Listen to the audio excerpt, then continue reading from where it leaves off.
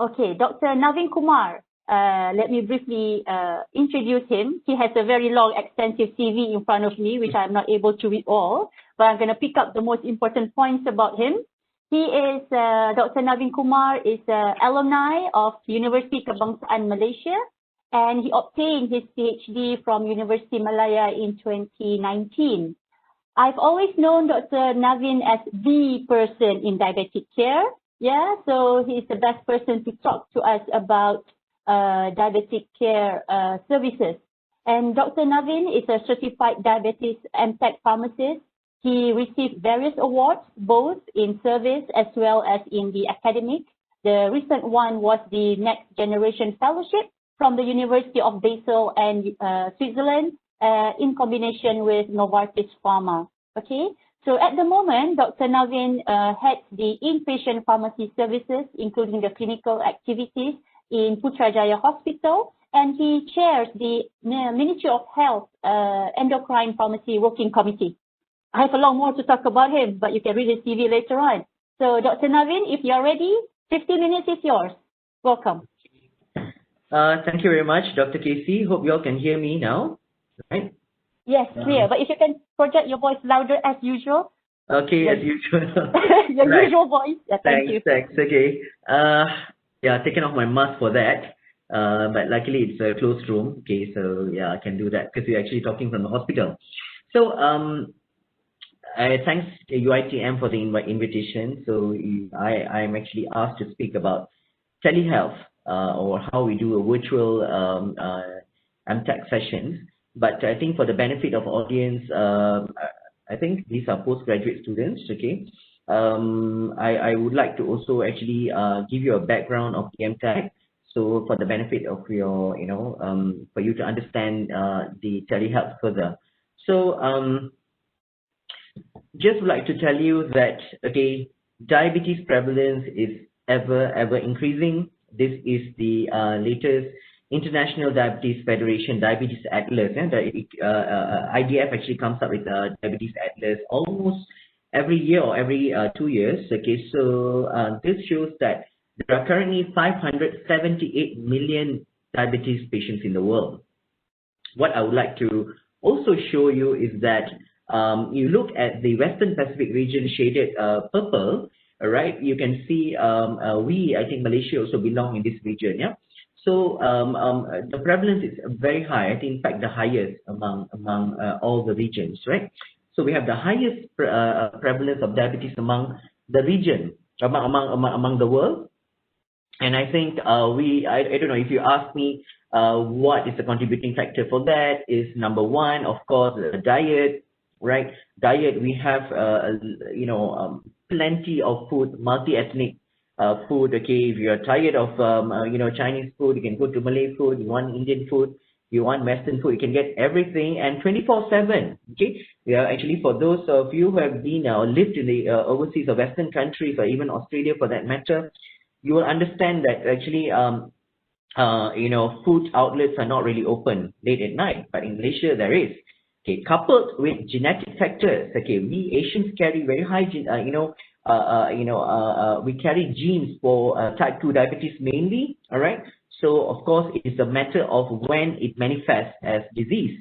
So with all these factors and sedentary lifestyles, okay, we are not as active as we were before, our forefathers or our grandfathers. Okay, but our lives are mostly sedentary now. So because of that, we have very high diabetes prevalence. Okay, let's go to our own local data.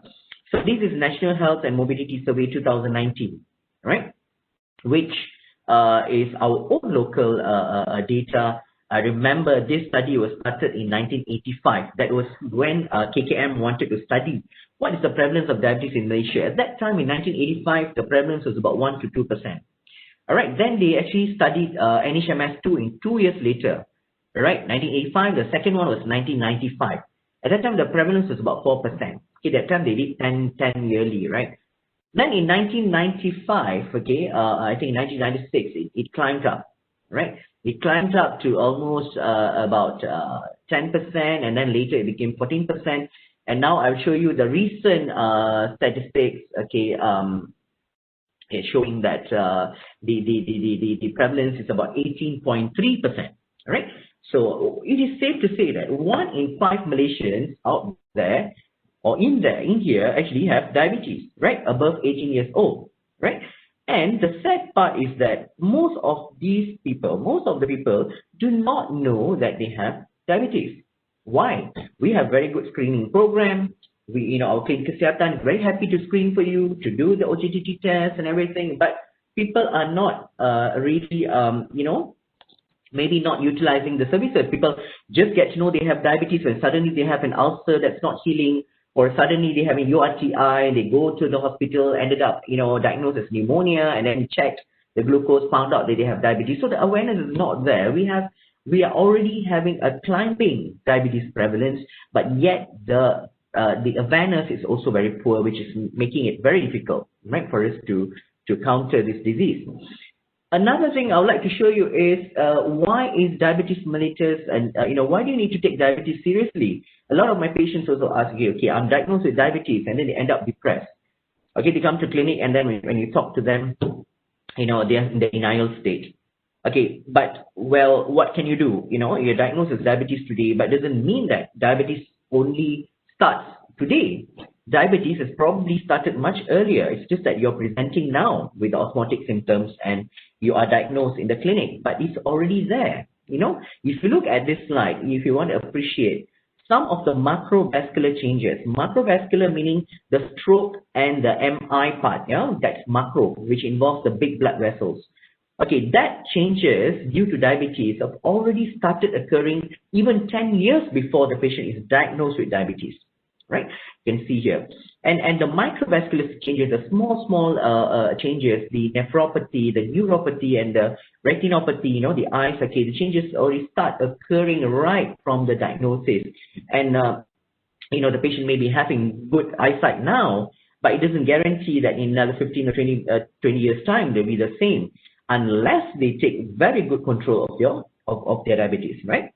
So this is the main thing, a lot of diabetes patients will die out of either of heart attack, MI, or stroke, or they will have, ESRD, okay, end-stage renal failure requiring dialysis, or retinopathy or neuropathy, right? But I would like to tell you that, due to some reasons, genetically and so on, we actually, Malaysian or Asian patients are very prone to renal disease. Okay, I'm sure Dr. Dr. Casey will agree with that. I think they have the data to show that when we have CKD, diabetes patients have CKD, it advances very fast to become advanced CKD and also ends up with end-stage renal failure. That's why we actually have to do all our bit, whatever we can, to actually arrest this progress of nephropathy by actually having good glycemic control.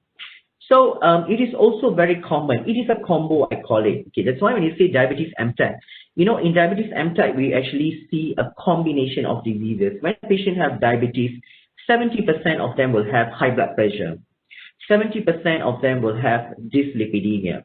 So you have cholesterol, you have high blood pressure, you have diabetes, which also causes all the macrovascular changes that I mentioned just now, which actually contributes to the complications, right?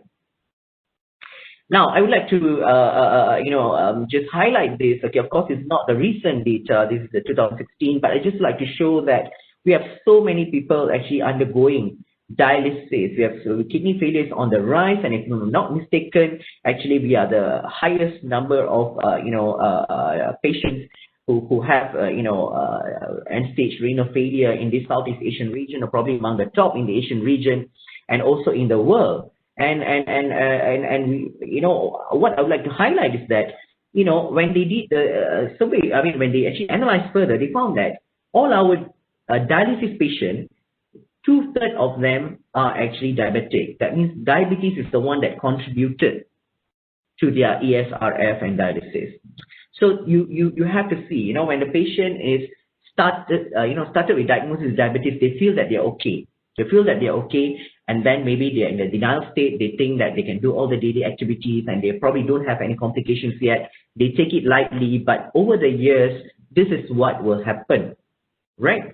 So if they're fortunate enough, I have some patients already 80 plus years old, very compliant and lives without any complications. So I think, that is, they're lucky enough. Other than that, this is what usually happens to diabetes patients, right? So coming to this very interesting study, okay, if anybody is in the field of diabetes, at least there's a few studies that actually you need to know. One of it is UKPDS. Why UKPDS is actually very important is it's because it's a very large scale prospective study, started in the 70s. I think in UK, they had this very good foresight to actually do this 20 years follow-up of diabetes patients in the 70s. And then in the, up in the 90s, they analyzed the UKPDS result. They found that, when we reduce the patient's blood glucose by 1%, we can actually reduce the complications, microvascular complications by 37%. Any endpoints by 21%, death by 21%, myocardial infarction by 14%, and amputation by 43%. So this shows that when you control your blood glucose, there is a benefit. In the clinic, patients may not understand that because they think that, okay, well, doctor, today my sugar is 10 or 11. I'm still okay. I'm going out. I'm able to eat. I'm doing anything. But they do not know that the changes actually happen inside them. It is usually the blood vessels that contribute to all this. So, we have solid data from this UKPDS showing that when you control diabetes, then you can actually prevent the complications. So all these people who are old enough and then have very little complications, we look back further, they actually have been very compliant and they have taken very good care of their glucose. So, traditionally, I think maybe 10 or 15 years ago, when you talk about diabetes, it's always the doctors and the nurses or probably dietitian. Dietitian always, comes in when you talk about diabetes. One professional allied health that comes into your mind is dietitian because they talk about diet. But things have changed a lot along the way, because in KKM, we are fortunate. I think about 15 years ago, we had some senior pharmacists who actually brought these ambulatory care services to our country. I was also, I think, Dr. Casey. She started renal MTAC. I've actually started, diabetes MTAC back in HKL in 2007. So pharmacists, we actually are now actually part of the diabetes care team. So even in Putrajaya Hospital, we have the consultant endocrinologist as in the diabetes, leading the diabetes team. And then you have the, dietitian, you have the DMTAC pharmacist, you have the diabetes educators. Right, so this is the structure of diabetes team. So pharmacist has a lot to offer. We have a lot to offer in terms of pharmacotherapy, knowledge to actually benefit the patients, right? So, is there any evidence, you may be asking, if pharmacists actually conduct these clinics, it can improve the diabetes outcomes? Yes. Okay, if you see in the United States, okay, this concept, even the MTAC concept that actually we are implementing now, our senior pioneers, okay, Dr. Casey knows this, okay, our senior pharmacists actually 15 years ago went to US to actually study the model of MTM, medication therapy management, and then they brought the concept here for, and then we actually labeled this MTAC. But those ambulatory clinics by pharmacists had managed to reduce A1C by 2.5%, 1.2%, resulted in cost savings. Okay, in the UK, managed to reduce cost with complication.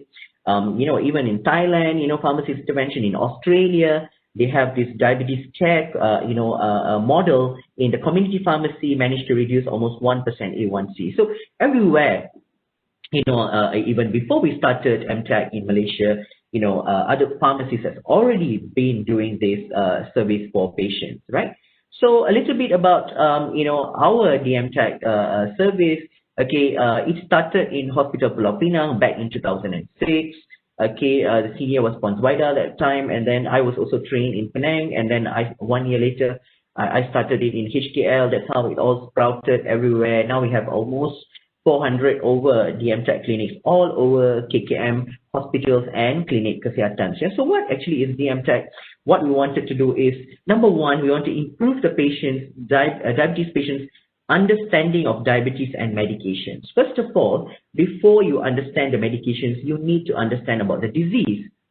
it is very hard for the patients to understand if you just give them about eight or 10 types of medications for them to appreciate the medications if they do not understand the disease, right? And the number two is we want to help them to improve their glucose control, blood pressure, and lipid control to keep it in control. Because a lot of times my patient, the first visit, they'll ask me, sometimes they put that face and, doctor, I just want to ask you something honestly, will my diabetes go away? This is a very common question in DMTAC. Will my diabetes go away? Can I be just out of medications and just lead like normal? He said, no.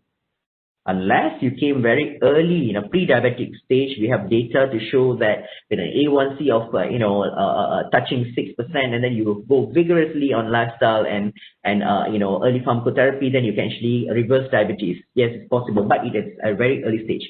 But if you come at a very late stage with A1C more than 7-8%, then you have to live with diabetes. You can't be off medications, but you can actually control your diabetes to have it in the normal range so that your progression of complications can be arrested or delayed. That's what we want to show. So the third objective is to delay the complications. Right? So as I mentioned just now, we have almost 400 plus MOH facilities offering the MTAC. So what is the difference between MTAC and normal counseling? Prior to the MTAC, actually, we had normal counseling sessions. So what usually the KKM hospitals actually had was, a counseling room where, normally what they do is actually when the patient is newly started on insulin, you need to teach the patient how to use the insulin pen. And then they'll knock the pharmacist room, and then actually they'll come and sit and learn the pen, and there you go after that. All right? There you release the patient. You don't keep those days. You don't keep a record of the patient's name or what, of course, a counseling note, of course, those days manual, but not a regular file or regular follow-up. There you go. Once you counsel, whether your counseling was optimal or, whether the patient is able to do that properly, you're not sure, but, you just release the patient. And mostly, we actually had no follow-up, no identification of drug-related problems. It's more of just teaching the device and all that. But when the MTAC came, it is a continuous session. Just like how doctors actually see patients every 3 months, we see patients every 1 or 2 months for the MTAC, and then any diabetes patients, and then we do continuous assessment of their insulin and drug-related problems, whether you have hypoglycemia, or you have, your dose is not enough, need to be titrated. I will show you later what other things that we do. So we continuously do that. All right, and we also discuss the patient's outcome with them. So when they inject insulin and then they are getting the A1C coming down, we also show them, the pharmacist in the MTAC show them and say, okay, you're on a good track. Okay, what do you need to do further? Okay, this is what we do in the MTAC. Right? So if you want to understand the structure, you see bottom there, standard care. If a patient is not in the MTAC, okay, they will have their physician follow-up in the yellow boxes as usual, and then each physician follow-up, they will just go to the pharmacy, get their medications, and go back home. So they don't have any pharmacist follow-up. But unless they are in MTAC diabetes, as in the top, you can see the red boxes, we have pharmacist follow-up in between the doctors or physicians follow-up. So it is very, very, close monitoring by pharmacists, and then we actually solve all the drug-related problems. So when the patient sees the doctor next, they are in a much better stage, no hypo, better injection technique, and better SMBG results and so on, right? So these are just pictures to show enrollment clinic. This is the enrollment clinic procedures. I'm not here to actually teach you how to run a DMTAC, just an exposure. This is our follow-up clinic. Okay, so what we actually do, some of the activities, some of the assessments that we do is, of course, we do medication adherence assessment. That is very important to put patients really on track in terms of adherence. And we do injection technique assessment, very importantly for insulin patients. We adjust patients' insulin doses. We are trained for that. We are trained by the endocrinologists, and also there's a module to be, for you to be certified to adjust insulin doses. Not anybody can do it. And we do SMBG review. We know how to review it and then how to adjust the dose. Hypoglycemia assessment, very important for patients on insulin, particularly, and also oral patients. Don't underestimate oral patients. Yeah, on sulfonylureas also have hypos very frequently. Personalized counseling. We give personalized counseling. We don't give general counseling. Yeah, we give patient education, mainly diabetes education. So we run through the complications, education, or the lifestyle and so on with patients as well. And also we teach them about side effects and how to report them to us. So these are the things that we do in the MTAC. So what I will do now is I will actually before I go there, I'll just like to show you this slide. A lot of times, okay, yes, A1C reduced, complications reduced have been shown in UKPDS, but pharmacists may be asking, if I just do this DMTAG or if I improve the compliance, is there any evidence that patients' blood glucose will reduce? So if you look here, when the adherence moves towards the right, almost 100%, you can see that the HbA1c comes down. The HbA1c comes down, that means the glucose control becomes better. So there is data showing that when we improve compliance, the glucose control can be better. All right, so this is my first half of my presentation to introduce you to DMTAG, and I will now actually go to the next part, which is telehealth. Okay.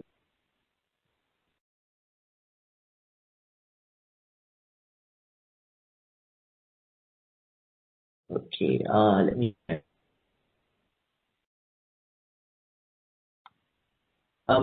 see the sorry, full screen. Yes, we can see that, Dr. Navin. Okay, thank you. So, the reason why I didn't straight away go to telehealth is you need to understand, maybe all of you not from KKM, so I just gave you a brief overview about what we do in DMTAG. Okay, what happened in 2020? It's supposed to be a very magnificent year. Wawasan 2020, I remember in school, we were singing songs and everything. We were expecting that 2020 will be a very fantastic year. But it turned out to be not so good year because of COVID. And we had a lot of challenges, even until now in KKM. We are trying to really restructure a lot, day to day with new SOPs and how to actually sustain our services. Our services like DMTAG were actually drafted 15 years ago with, those states in mind, all right? So, the conditions that time were different from now. Now, when you say DMTAG, I showed you just now, you have physical visits with the pharmacist every 1 or 2 months. They come and then we assess them, and then usually we will actually tie up their medication, medication collection with the DMTAG session. So you come for DMTAG session, you collect the medications, and you go. So that's how we do it. So it's very physical. Patient need to appear physically, right? And also for us to actually assess their injection technique and all that. But with this COVID, we actually have to, be innovative.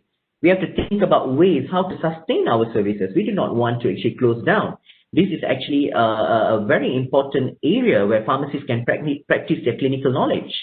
So we do not want to do that. So what happened was, all our JKs and, we tried to actually, think innovatively how we can do. One of it was, of course, virtual method. Now the world is going virtual. Now, the lectures that we are, all of you are somewhere in UITM or probably in the comfort of your homes, and we are still able to actually conduct these teaching activities. So the same applies to patients, and we can actually offer this service to patients despite some limitations. I'll let you know later. So we have tried this DMTAG by phone pilot project. I'll show you the results. But before that, I would like to show you it's not us who first started this. In fact, I think Dr. Casey also knows when I was in the, when she was in KKM and we were in the clinical INDOC committee, the National Clinical Pharmacy Committee, I think I've already started, talking about this telehealth and, telephone counseling and all that, which other countries are already doing. There's so much of data that, this is beneficial, and we should explore this method because, for other reasons, not COVID. At that time when I mooted this idea, is for other reasons, because I know that some patients have financial difficulties.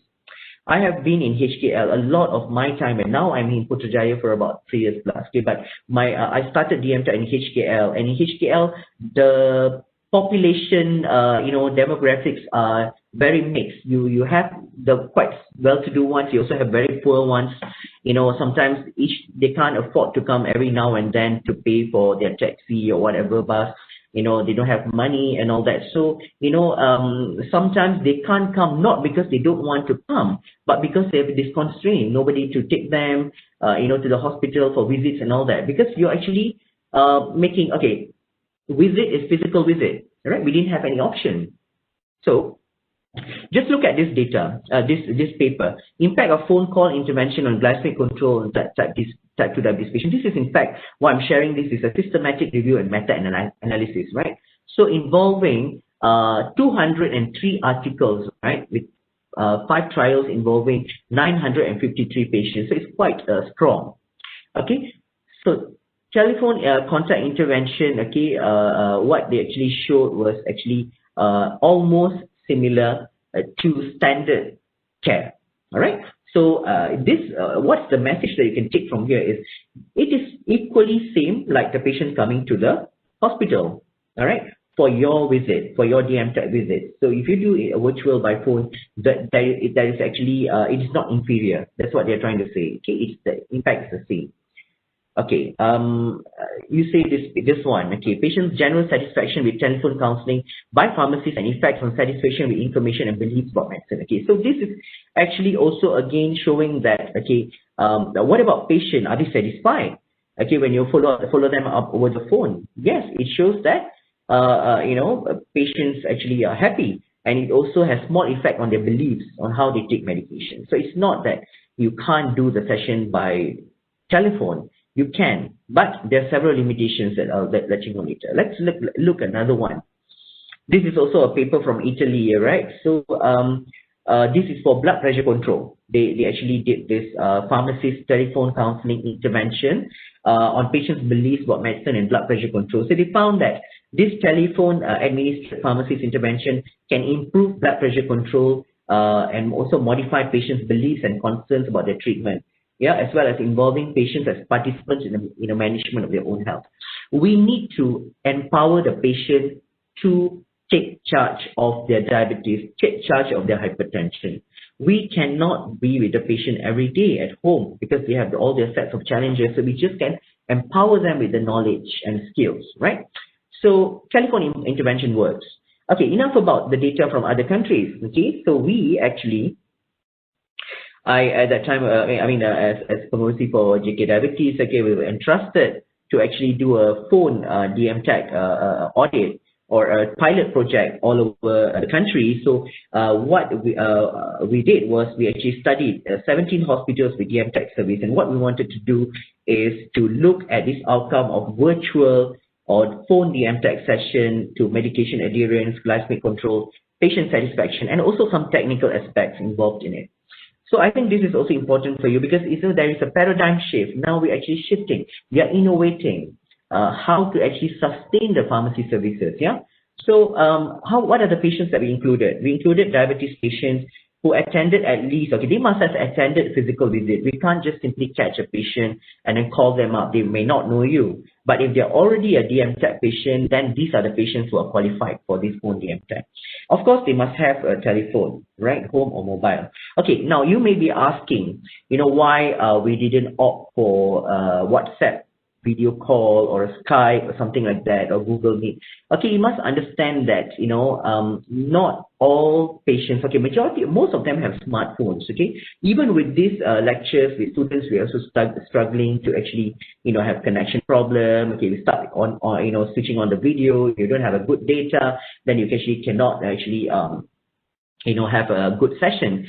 So, of course, we didn't want to go so hi-fi, okay, but I think the easiest one that can be done is, of course, by phone. Because by landline call or just by phone, I think it's just that you can't look at the face on, face to face, but you can actually, have conversation with the patient.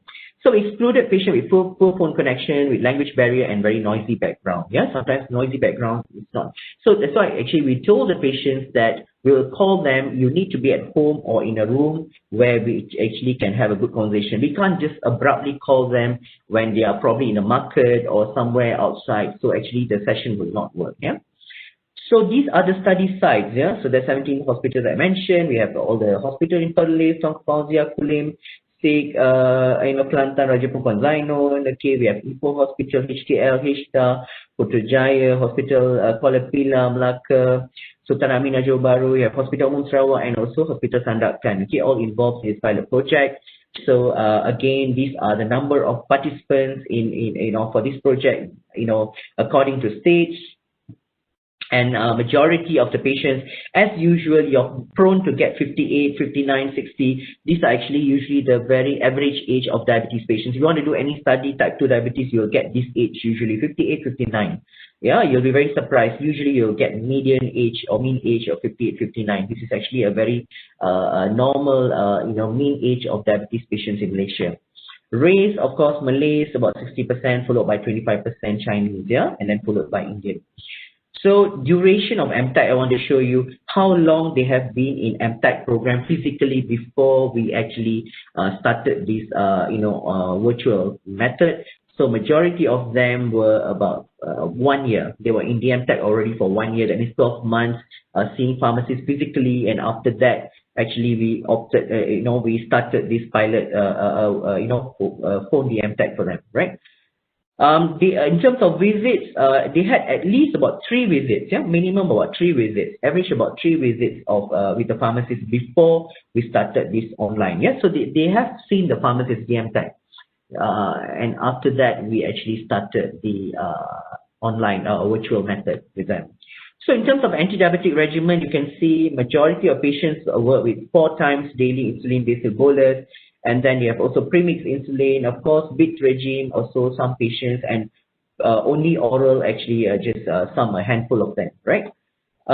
If you see the number of medications, anti-diabetic agents, okay, majority, about 60%, were taking 2 anti-diabetic agents, okay, followed by 1, yeah? Okay.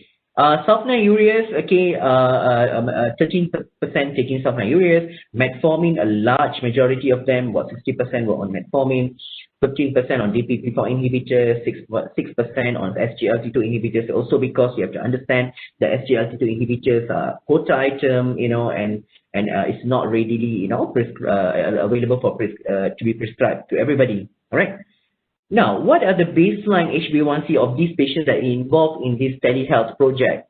Yeah, they had an A1C of 9.2%. If you see 9.2%, the guideline, actually our mission guideline, okay, our CPG that we have now is 2015, but for your information, the 2020 CPG has already been approved, new type 2 diabetes CPG, the 6th edition, which is going to come out anytime soon. I think this month, will be launched, I think, by end of this month, right? So, nevertheless, you can take the target A1C about 6.5% for very healthy people. People without comorbidity, 6.5%, and those with comorbidities, about 7 to 8%. Even if you take 7 to 8%, 9.2% is still not at target, right? So the patients are not at target. They probably started a year the MTAC with us, and they have long to go. And MyMart is also our medication adherence tool. So you can see that MyMart score, if it's more than 50, is good adherence. Generally, at the start, I think the MyMart score was 51, so it fell in the good adherence category. Okay, but it's very hard to say. Sometimes the adherence can be okay now, and then when come some other issues or musim buah and all that, I know that my patients sometimes will not be compliant. So these are the things that we always face. Yeah, but that was the adherence. It fell in a good category at baseline. Now, these are the things that I want to show you. What are the issues that the pharmacists address during the phone consultation? So, what are the issues that we address? Number one, majority of the issues that pharmacists intervened was poor medication adherence, right? Poor medication adherence, 21%.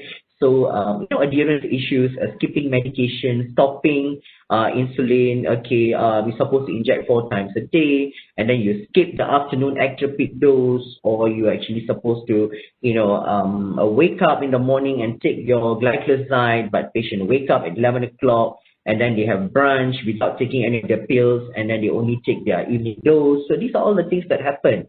All right, when you say compliant, okay, you will find out that either patients are not compliant or they modify their medication taking regimen to suit their lifestyle. This one, if you're actually doing the MTAC for very long, you will know that actually patients have, have many different ways of taking medication. So we have to put them back on track. That's what we do in the MTAC. Yeah. So poor diabetes knowledge, very important also. Okay, so they do not know that diabetes can cause complications. I mentioned just now. They take it lightly. They think that they are okay, that it's okay to skip for a few days. They check their glucose, they see it's showing 16, 17, yet they're actually not scared. They just go on because they think that they actually can do their work and all that. Despite being a little bit drowsy and tired, they still can do their work. They think that they are okay, right? So the third one that actually we were also intervening via phone is insulin dosage adjustments. This one you can do. Of course, a lot of times when, in my committee members, Diabetes National Committee, when we said, there were concerns from some of my JK members saying that,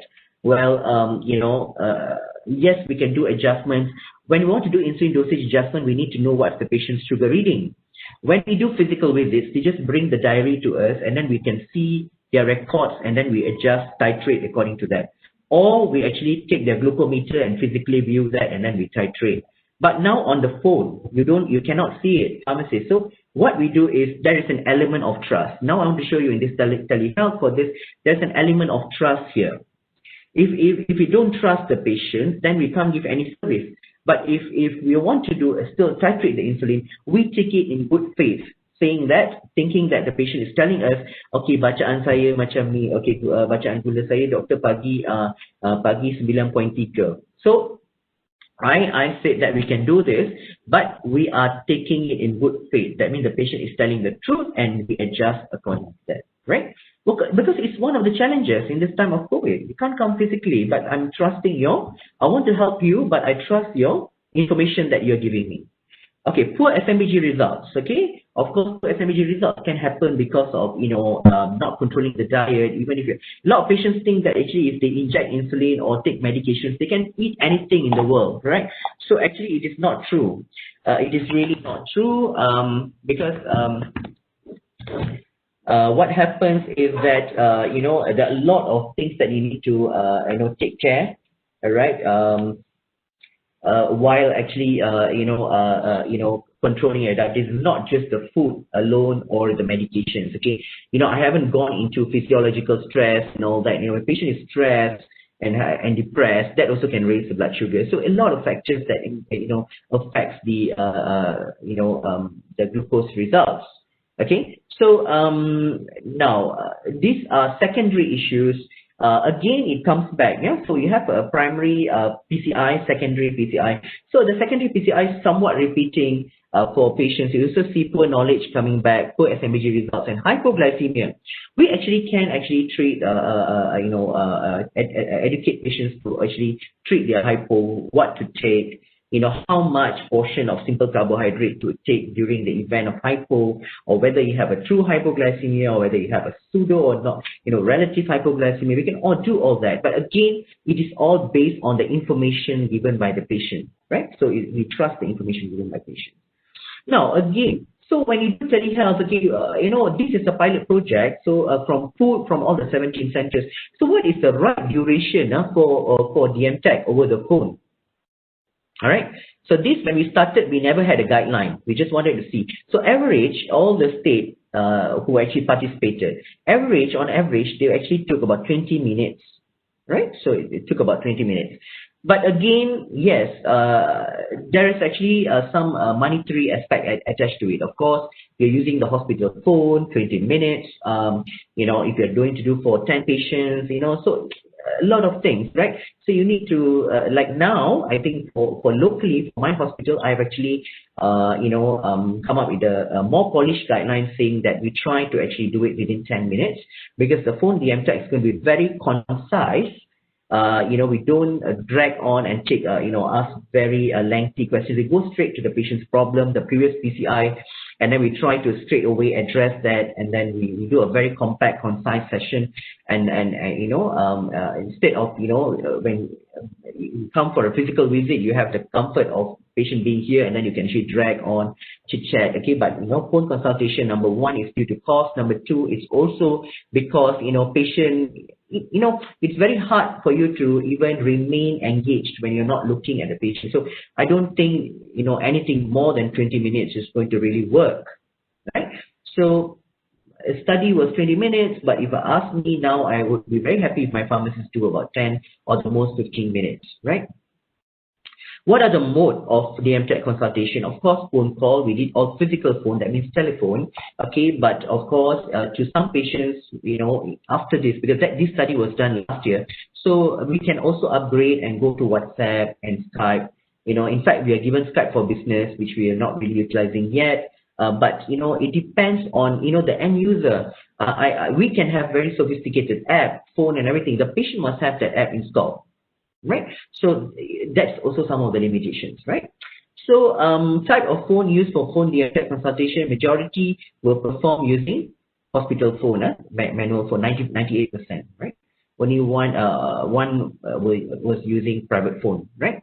So patient acceptance, we also gauged. Okay, you can see that majority, about 73%, showed very positive response. We also very, nervous whether how patient will receive this phone DMTAC, since they are comfortable coming here, whether they will entertain or whether they will give you the response that's needed or whether they'll cooperate with you. But actually, almost 70% cooperated, and then the response was positive, whereas about a fraction was with neutral response. Very few actually had negative response and didn't like it. So majority was good. Good response again, 89%. Okay, majority 90% showed good response. Okay, if you look at medication adherence, with this DMTAC or tele DMTAC, okay, you can see that 63% of patients showed good adherence after the phone DMTAC consultation. Is shown by the MyMart score. You see the MyMart baseline was 51. After DMTAC, the MyMart score increased to 54. The total score is 16, right? So there is actually an improvement from 51 to 54, right? And also, what about insulin dosage adjustment? Okay, we found that for dosage adjustment, it was still moderate. You can't say that it's very good, but probably because in this study, there's only 2 phone DMTAC visits, and after that we kept and we analyzed the data. So there's only average two phone DMTAC visits, and we analyzed the data. So it is probably on track. Majority were moderate, but we need to do more. We need to do more calls to actually fine tune their insulin doses so that they actually can get the readings, right? Hypoglycemia, very good. A lot of, I think about 83% patient hypo resolved with the DMTAC. Okay, we follow up, we tell them something to do, and then how to actually prevent hypo. The next round when you call them, the hypo is resolved. So it shows that this can be done. And also in terms of SMBG, again, is something like insulin doses, moderate, because more need to be done. You can't just do a 2 online or phone call DMTAC and expect that the SMBG to be perfect. Even with physical visits, doctors and pharmacy, we struggle, and then we need some time until the patient's readings become better and almost near normal, right? So medication understanding, majority improved, okay, how to actually take medications, when to take, the frequency, dose, and everything. The A1C, you'll be very interested to know. Okay, remember I told you the baseline A1C was 9.2%. That was the glucose control. After 2 post-DMTAC, tele-DMTAC visits, okay, or by phone, it reduced to 7.9%. So which is about 1.3%, even 1% A1C reduction, as I mentioned just now through UKPDS study, have been shown to reduce the rate of complications. So if this goes, this is just, I'm not saying it is actually, because it's actually, kind of an audit, okay, but what is showing is there is actually a promising sign that even with this DMTAC by phone, we can actually see a reducing trend. I would have been very nervous if from 9.2 it went up to 11 or something like that. Then actually, oh no, there is no, it's not worth actually doing this phone DMTAC, so it's worsening. Call all patients to the hospital. But with this, it's showing a good trend. So I can select patients who are suitable for this DMTAC by phone, and then we can still follow them up. But what we have actually, I'll show you the SOP, what we have done later, yeah. But before I go further, I'd just like to show you that, for MTAC by phone, there are some limitations and challenges. There's some things that you can do. Number one is phone connection problem. So it's maybe not your phone, okay, maybe your hospital line is stable, but it's patient's line. Distraction, when you want to see the patient, they will tell you that, yes, okay, we make an appointment at 9 o'clock in the morning, you sit in your house or in your ruang tamu, and then you'll give a call, but at that time, suddenly, they'll tell, Doctor, sorry, tadi ada ni, ada postman datang lah, sekejap saya nak keluar, saya dah tiba-tiba dekat pasar lah, apalah. So all these kind of things are challenges. Yeah? So when the background is busy, then even whatever you say, whether it goes into the patient's head or not, I think it's a question. Hearing problem, elderly, even you have elderly patients come for physical visit, you need to talk very loudly or close to them. Okay, what about phone? Sometimes you want to tell technical things like, dose and all that, insulin dose or SMBG, they might not hear it properly. This is also a limitation. Time constraint, as I mentioned just now, you have to try to finish up your session by 10 or 15 minutes. So you need to plan properly what you're going to tell the patients. SMBG, difficult to review. Again, I mentioned the glucose results, unless they come for physical visit, you take the diary. But now, you can't. You just have to tolong bacakan ya, gula semalam berapa, kemarin berapa, lunch, lepas lunch berapa, tolong. So it's like a little bit of like macam puha sikit, because you have to macam, patient have to be flip, and then whether they find the right numbers or they're telling it properly, or they're telling the lunch reading, or whether they're telling the dinner mistaken for lunch. So all that, you can't verify. This is the limitation, yeah. Injection technique, so sad because we cannot do while online, you can't actually view because we are not doing video call. So it's hard for you to actually check the injection technique, right? Because we can't see. Those are the things that you need to see, right? MyMat, okay, our education adherence tool can be time consuming if you want to read. Unless patient is physically here, we'll ask them to take, yeah.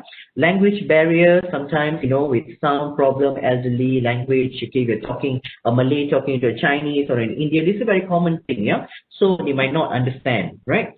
Cannot conduct diabetes education because usually in the MTAC session physically, we will do all the assessment after we have counseled the patient for their medication. We will try to do an education on diabetes, either complication or anything to enhance their compliance, but this cannot be done over the phone because it will take probably 30 or 40 minutes, make the session very longer. Difficult to get patients to answer the call. Yes, sometimes you make appointment, kita akan call pukul 9 pagi, 9:30 pagi, but sometimes it's very normal that they don't pick up. Whether they don't put the reminder, they don't know that you're calling. Then you miss the patient, right?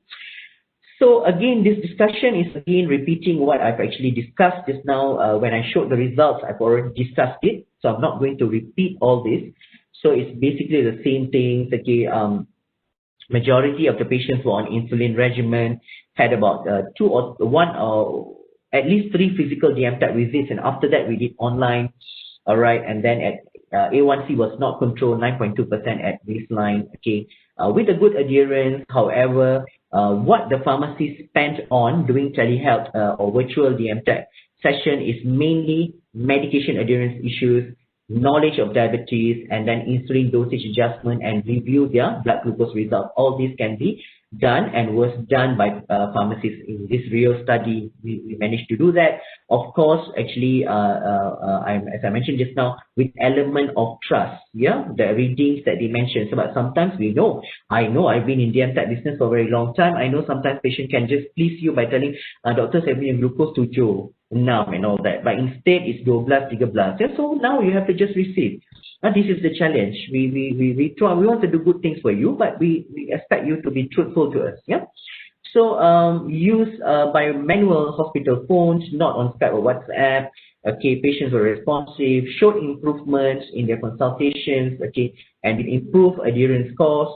Okay, the outcome for insulin dosage adjustment was moderate. And this was actually probably due to we need more face-to-face session. Kalau you nak buat insulin dosage adjustment or SMBG, you cannot just do it within 2 visits. You need to actually do more than that. Yeah. So probably because this audit we also wanted to present to KKM, we kept at 2 online visits and then we assessed the reading. So if we continue, it will probably show much better results. Hypoglycemia resolved, and it can be done through online by teaching patients how to resolve hypo, not going to hypo, and how to treat their hypo, right? So I would just like to show you probably in the next 5 minutes or so, this is the SOP that we have created. okay, now the change, the paradigm shift, now we have to sustain, save our service. I don't want the DMTAC service to go because of COVID, because patient cannot come to the hospital. So all patients who are taking the vast medication through post or delivered to their house or drive-through, we try to schedule a virtual DMTAC session where we can actually call them up and then we do this session. So this is how we have done. If you're doing one-to-one session, if you're doing DMTAC by phone, this is the SOP. You know, you need to also do the notes, okay, key in the notes as usual, and then you know, give an appointment date so that the patient is not lost from the DMTAC service. So what we have done is you have one physical DMTAC visit now, and then you have another physical DMTAC visit when the endocrine appointment or the diabetes clinic appointment. Last time, in between diabetes clinic appointment, we will ask patients to physically come and see us because they will come for their medication collection. Now, with this lockdown, patients are taking medication through value-added services like post and everything delivered to their home. So they don't come. So what we do is we do one. Dr. Navin, yeah. We have another 5 minutes left. Yeah, I'm going to finish. Thank you. So what we are doing is we are actually calling the, we schedule 2 phone DMTAC sessions in between their physical session, between, their doctor visit. Yeah, so we actually do 1 or 2 phone DMTAC follow-ups before they come for the next visit, right? So just to summarize before I finish, so among the things that you can do via telehealth, okay, some you can do medication adherence assessment, you can do SMBG review, you can do insulin dosage adjustment with element of trust, okay, we can do medication side effects evaluation, we can do hypo assessment. Something that we cannot do, we have to accept via phone is insulin injection technique assessment. We cannot see. We have to see how patient do it. We cannot do this. We cannot do lipohypertrophy. Usually I will actually check patient's abdomen for any hypertrophy and then change site for injection. All this we cannot do, right? Because we are doing by phone. So in conclusion, DMTAC by phone can be conducted to patients to ensure continuity of pharmaceutical care, especially during the new norm during this COVID-19 pandemic. Okay, we have tried to innovate by doing this virtual DMTAC session. Patients from this study are generally receptive of this service. The actually response is quite good, almost 80%. And also, I've shown you the DMTAC by phone has shown positive outcomes because the A1C reduced, the medication adherence improved, the medication understanding improved, SMBG results almost improved, and hypo improved and resolved as well. So it's just showing that this is possible, and this is our own very own Malaysian data, and then this is how we take it forward. And now post this study, we are already implementing this DMTAC by phone in our service. So we have physical visits during the doctor's appointment. We don't force the patients to come. So if in 4 months time they have appointment, they come to appointment with the doctor, and then after that they see us physically. But in between we run 1 or 2 phone DMTAC session to ensure that we can do our service to improve their adherence, their clinical outcomes. Yeah. With that, I thank you.